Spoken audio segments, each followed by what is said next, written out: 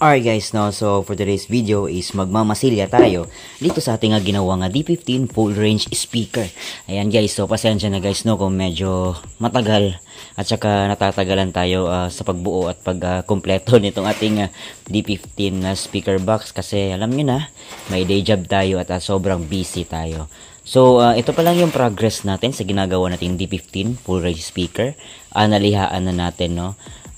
So yung gagawin natin ngayon is magmamasilya tayo. So tatabunan natin to nitong mga screws, ayan, mga brad nails, ayan. So yung ginagamit ko lang talaga na pangmasilya guys, na itong wall putty. Pero nilalagyan ko siya ng wood glue para mas tumibay. Ayan, so hindi ito sponsor guys ha. Hindi ito sponsor, pero baka naman. Anyway, yung ginagamit ko talaga guys is yung semento, powder cement, tapos nilalagyan ko ng wood glue para mas matibay. But since hindi ako available ng powder cement, so ito muna. And okay lang naman to para sa akin. Matagal na akong gumagamit ito guys and wala pa naman ako naging problema sa ganitong application nitong wall putty dito sa ating speaker box. Ayan, yung iba yung sinasabi hindi daw pwede kasi hindi daw ito matigas. So ayun, okay naman. Totoo naman, hindi siya gano'ng katigas, but nilalagyan ko na lang siya ng wood glue guys para mas kahit paano is titibay din naman. So ito lalagyan natin, ayan, minsan makachamba tayo ng mga marine wood na ganyan itsura guys, may mga bakante. Pero marami yung anong niya guys sa layers. So mga 1, 2, 3, 4, 5, mga 5 layer to na ply. Ayan, so mag-apply na tayo. Let's go! Okay, so una paghaluin muna natin itong wood glue at saka yung wall putty and then apply na tayo guys ng ganito lang. Di ba napakasimple lang? Wow! And guys, so close up natin para mas makita nyo kung paano ko pinahid. Ayan, so pa isa-isa lang guys and then hagurin na lang natin. Ayan, o diba? Ayan guys, so tapusin natin yung dalawang box.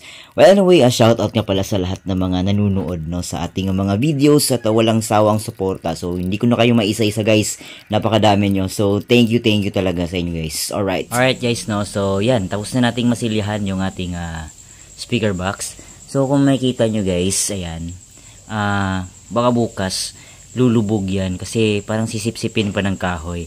So ang gagawin natin pag matuyo na yan, lilihaan natin at pagkatapos nating lihaan is tapalan natin ulit itong ating wall putty. Mas maganda sana yung polytop kasi diretso na, matigas na siya, and the same time parang less na yung tapal-tapal. Pero matagal kasi yun gawin guys kasi maghahalo ka pa ng hardener, gayon. Naabutan kasi ako ng pagtigas guys kasi hindi ako mabilis ano yung tawag nun, yung pang mix ito guys. Hindi kasi ako masyadong marunong gumamit nito. Kaya yung ginamit ko, ito wall putty, matagal kasi matuyo. Ayan. Pero pag mainit, matuyo naman siya agad. So ayun. Ay, hindi ko pa nalagyan dito. Pero okay lang yan guys kasi matatabunan din naman to ng screen. So okay lang ako kahit na hindi yan mamasilyahan. Ayan, personal use lang naman, so okay lang. Ayan, so meron tayong medyo makapal, malaki yung butas dyan. Ayan, natapakan na. Ayan, so hayaan natin matuyo to bukas at liliyaan na naman natin. And then tapal na naman tayo. Well, okay lang kasi madali lang naman yung application kapag ito yung gamit ko, yung wall putty. Alright, so hanggang sa susunod na update mga ka-Off Duty Lights and Sounds at paggawa nitong ating speaker box. Alright.